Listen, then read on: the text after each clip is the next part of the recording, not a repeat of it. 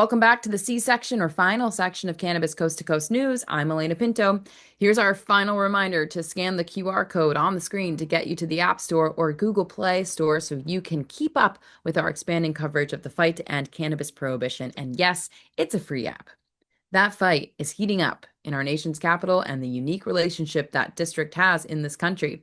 After all, it's not a state, but a federal district with its own rules, regulations, and a vibrant medical cannabis program.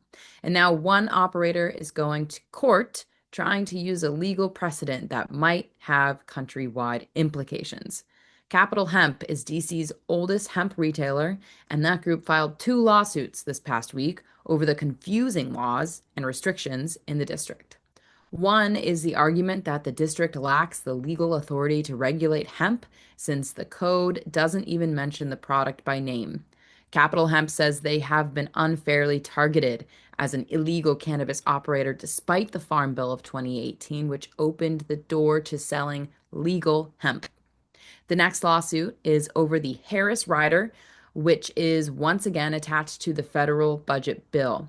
Capital Hemp and their attorneys are arguing that DC is still treating hemp as a Schedule I federally illegal substance. In the meantime, medical cannabis stores are open and operating under the guidelines and rules set up separately in the district. Our new DC reporter, Louis Joe, brought attention to this conflict in his report last week. And here's Louis's report for this week. I'm Louis Joe, founder of Green Guard, Washington, D.C.'s first social equity and only licensed cannabis courier. On today's District Chronicles, we're exploring the intersection of cannabis science, lab testing, and innovation. In an industry that's expanding rapidly, ensuring integrity in research and product safety is more important than ever. My guests today are the minds behind Psycana.com and Hyphae Lab, 2 platforms revolutionizing cannabis testing and plant research. With the upcoming Psycana Summit, they're bringing together leaders and experts to shape the next chapter of cannabis advancement. This is the essential conversation for anyone invested in the future of cannabis here in DC. I've been a nurse for about 15 years, and I've been in holistic health for about 10 years. And I started hosting events here in Florida in 2016 in the cannabis space. We host local community networking events. And I always say you heal in community. So it's really important to get together with your local people. I want you to tell us about your event that's happening here in DC. It's called Psycana Summit DC. It's happening Labor Day weekend, August 29th and 30th at the Culture House DC, which was one of the first African-American churches, and it's now become an art gallery. And it's an incredible space for this event. Bring the community together. We're calling all industry leaders in cannabis, psychedelics, and holistic health to converge on the nation's capital to incite change. And the Psycana Summit will be a major step forward in uniting experts, entrepreneurs, and advocates. Cannabis is evolving, and only those who embrace science and progress will thrive.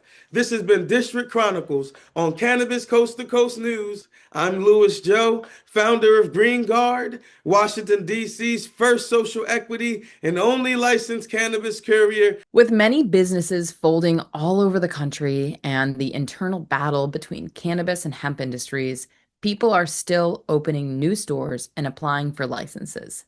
Case in point is California, where the numbers of licenses grew for the first time in 3 years. Okay, so it's only a 1% uptick, but it does stop the downward trend where that state lost 30% of its operators in 2023 and 2024. At the end of the first quarter of this year, there are now 8,530 operators who are licensed in the Golden State. And now let's check in on Oklahoma with Kimmy Cannabis. I am Kimmy Cannabis from Can I Talk About It with the Oklahoma Cannabis Report for Cannabis Coast to Coast News. This past week, nearly 200 cannabis professionals gathered for a metric training hosted by the Oklahoma User Exchange. The event offered sessions for all levels, from beginners to advanced users, helping businesses stay compliant and confident in Oklahoma's ever-evolving cannabis landscape. Metric shared a sustainability update saying they've reduced the plastic in their tags by 30%, which they say helps lower their carbon footprint. They also mentioned the attachment sticks are now made from blue tote recyclable materials. When asked if those cost savings would be passed on to the licensees, Metric responded no, but we reduce the carbon footprint. In other news, a new company called High Vibes is making waves in the community by hosting high-energy cannabis events. Their latest, High Spikes, was a sand volleyball tournament with guest DJs, local brands, food, slip and slides, and all the good vibes. Oklahoma continues to bring the peoples together through creative cannabis-centered experiences. And if full venue consumption isn't allowed, look for a Can I Talk About It sesh area or another great team that's creating safe spaces to medicate. That's it for the Oklahoma Cannabis Report. Peace, love, and all that good stuff. I'm Marianne from Alibi with the Oregon Cannabis Report for Cannabis Coast to Coast News. Several news items this week out of Oregon. A federal district court has struck down Oregon's Measure 119, which required state-licensed cannabis businesses to sign a labor peace agreement with unions in order to renew their license. 2 cannabis businesses challenged the law and won. The court determined that the National Labor Relations Act preempted state law and thus invalidated Measure 19. The OLCC has subsequently indicated that they will appeal this order. Next, Oregon Governor Tina Kotek has signed SB 162, which gives law enforcement authority to destroy hoop houses, among other things. And finally, a 19-year-old Medford man was arrested and charged in connection with selling cannabis to children as young as 11. Follow the rules, people. That's the Oregon Cannabis Report. I'm Marianne with Alibi for Cannabis Coast to Coast News.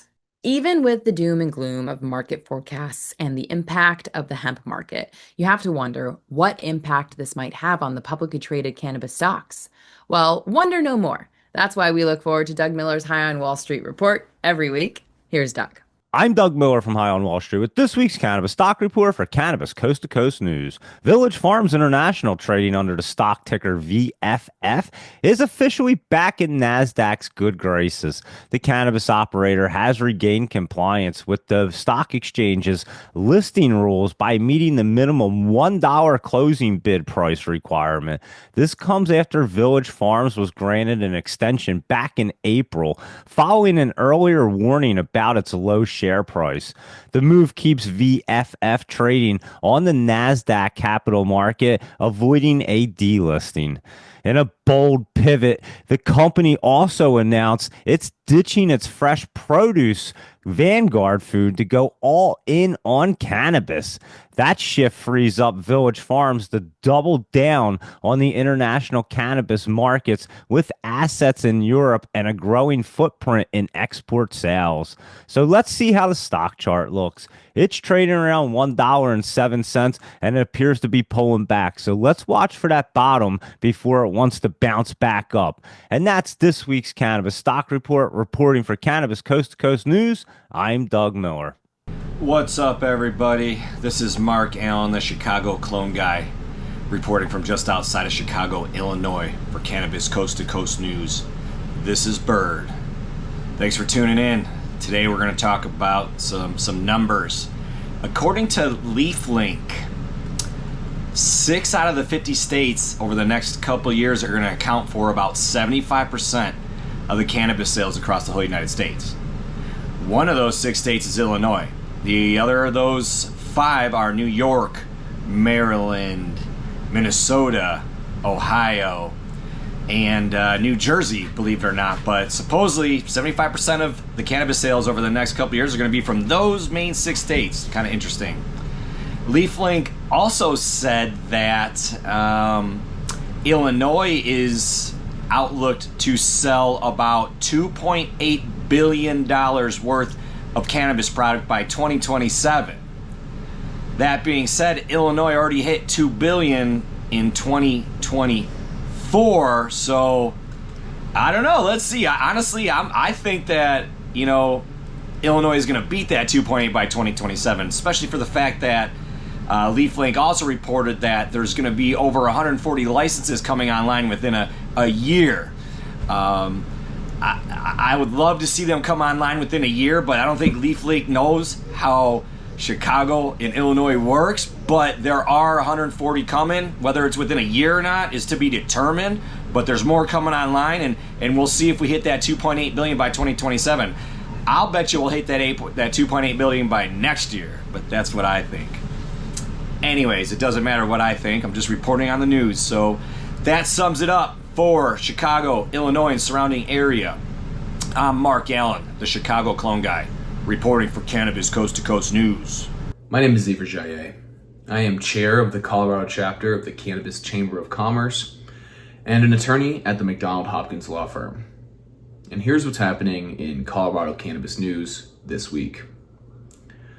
While most of the industry was in the Windy City for the Benzinga Cannabis Capital Conference, policymakers and regulators found themselves in Denver for two very important policy and regulatory focused conferences that were hosted in the city this week. The first, on Tuesday and Wednesday, was hosted by the Cannabis Regulators Association, or CANRA for short, and it was the external stakeholder annual meeting. This meeting focuses on bringing perspectives from policymakers and regulators, both at the national and international levels, to create educational opportunities for local, state level, and other cannabis regulators around the United States. The conference focuses on developing policy, looking forward, and potentially allowing regulators in different states to learn from mistakes or challenges faced by regulators in other states. In other words, creating a way for the regulators themselves, the lawmakers and the policymakers, to ensure that future regulations are indeed moving the needle forward for the cannabis industry. The second conference that was hosted this week in Denver was the International Cannabis Bar Association's Cannabis Law Institute.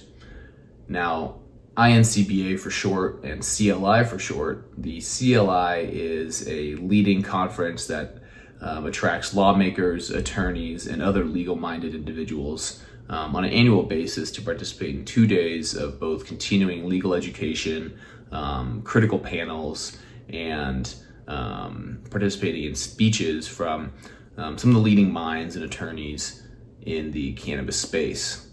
This year proved to be no different, with remarkable panels and educational opportunities focused both on state-licensed marijuana markets and the evolution thereof, and then also of opportunities and developments on the hemp side as states continue to grapple with the lack of federal oversight for hemp products and the need to fill that void with state level regulations.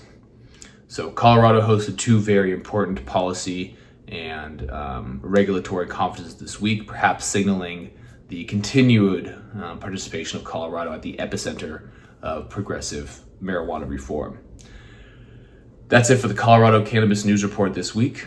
My name is Xavier Jaillet, reporting for Cannabis Coast to Coast News. Hi everybody, this is Matthew Friedlander with Skadger Organics, coming to you from Interchange down in Seattle.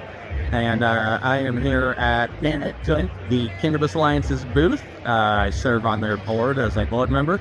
We're the largest cannabis trade group in the state. So Interchange is a business-to-business event here in Washington. It's like a speed dating event for the retailers and the producer producers. So all the growers and processors get to come down here and display all of their products. And they get to meet with 50 retailers over the course of 2 days. It's a great way to get a lot of sales in this industry, which is what a lot of these businesses are trying to do. So we're in between sessions here in Washington, so there's not a whole lot going on the legislative front. We are working on a few pieces of legislation in the interim, but it's summertime. It's time to have a little bit of fun. The next big event that is coming up is going to be the Summer Classic in Leavenworth, hosted by yours truly at Cannabis Alliance.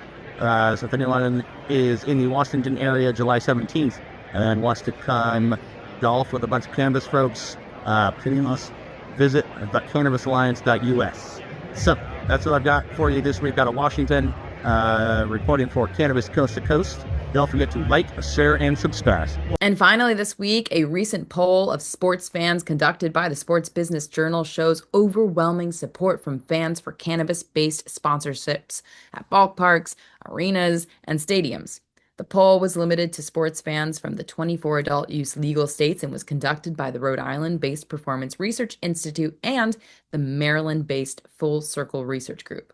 The conclusion was that more than half of the sports fans over 21 support the acceptance of CBD or THC-infused products showing up inside these venues.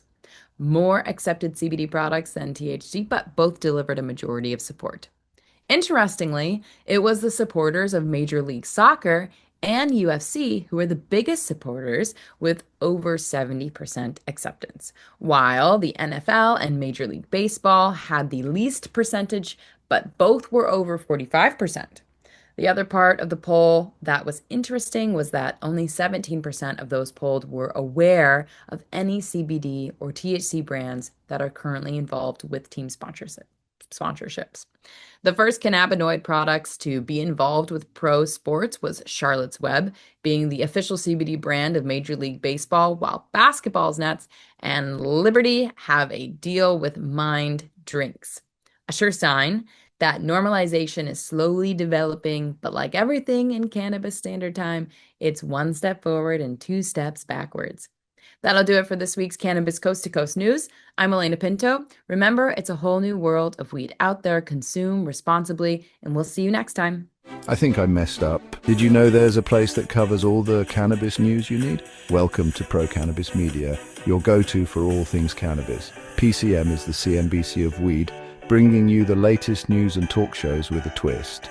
We've got 16 state correspondents and multimedia journalists from around the US and Canada. Hey everybody, it's Brandon Jones with Be Green Distribution with the Missouri Cannabis Report. I'm Karen Black from Greenfinger Consulting with the Arizona Cannabis Report. I'm Amy Carter from Michigan Weedsters. Andrew Behringer here reporting from Washington, D.C. Stevie Fazy with the Canadian Toke of the Week. It all started back in 2018 when founder Jimmy Young kicked off the In the Weeds podcast. His mission? Documenting the fight to end cannabis prohibition. Fast forward to today and we've got Cannabis Coast to Coast with Elena Pinto, delivering the nation's only TV-style cannabis news show. Hi, everyone. Welcome to another edition of Cannabis Coast to Coast, PCM TV's weekly roundup of industry news from California to New York. I'm Elena Pinto. As of August 2024, PCM has racked up over 1.2 million views and 14.5 million impressions on our YouTube channel. With 15,000 subscribers and growing, our reach is spreading like wildfire. PCM's website, YouTube, Rumble, Discord, Roku, Twitch, Spotify, iHeartRadio, Apple Podcasts, and even our very own PCM TV app. Get your cannabis news fix with Pro Cannabis Media. We're here to keep you informed and entertained. Stay tuned and stay lifted.